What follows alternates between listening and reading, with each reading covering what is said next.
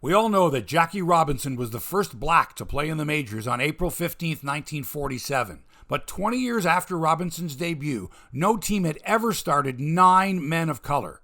Ever. The 1967 Pittsburgh Pirates had 15 dark-skinned men on their roster. They were coming off a 92-win season under manager Harry Walker, a Southerner who was not well liked by his players. He had run-ins with his all-star outfielder Roberto Clemente and youngster Willie Stargell, among others, as the Pirates plodded along. Then, on June 17th, a scorching hot afternoon in Philadelphia, Walker made a peculiar managerial move. He started a man of color at every position, except pitcher. This had never been done before. 8 blacks in the starting lineup, along with a white pitcher from Detroit, Dennis Rybant, once a star junior hockey player with the Hamilton Red Wings. The everyday Pittsburgh lineup usually featured shortstop Gene Alley, second baseman Bill Mazeroski, and catcher Jerry May, all white men.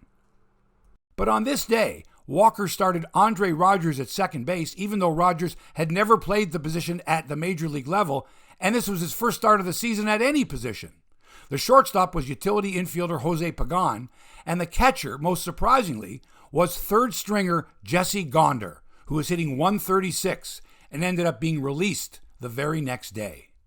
Walker could have made history by starting a black pitcher as well, but for some strange and perhaps cruel reason, he elected not to go with Bob Veal or Al McBean. Why? According to Rybant, it was his turn in the rotation. So why didn't Walker wait a few days until Veal's start came up and start 9 black men? He could have made history.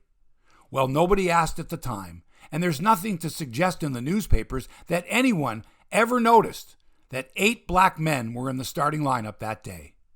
The Pirates won the game 6-5, with Rybant of all people hitting a key RBI double to pace the victory. But Walker's failure to make history by starting 9 instead of 8 blacks remains a mystery. 4 years later, in 1971, the Pirates did start 9 blacks for the first time in Major League history. But for Harry Walker, on that steamy June afternoon in Philadelphia, 2 decades after Jackie Robinson broke the color barrier, I guess 8 was enough.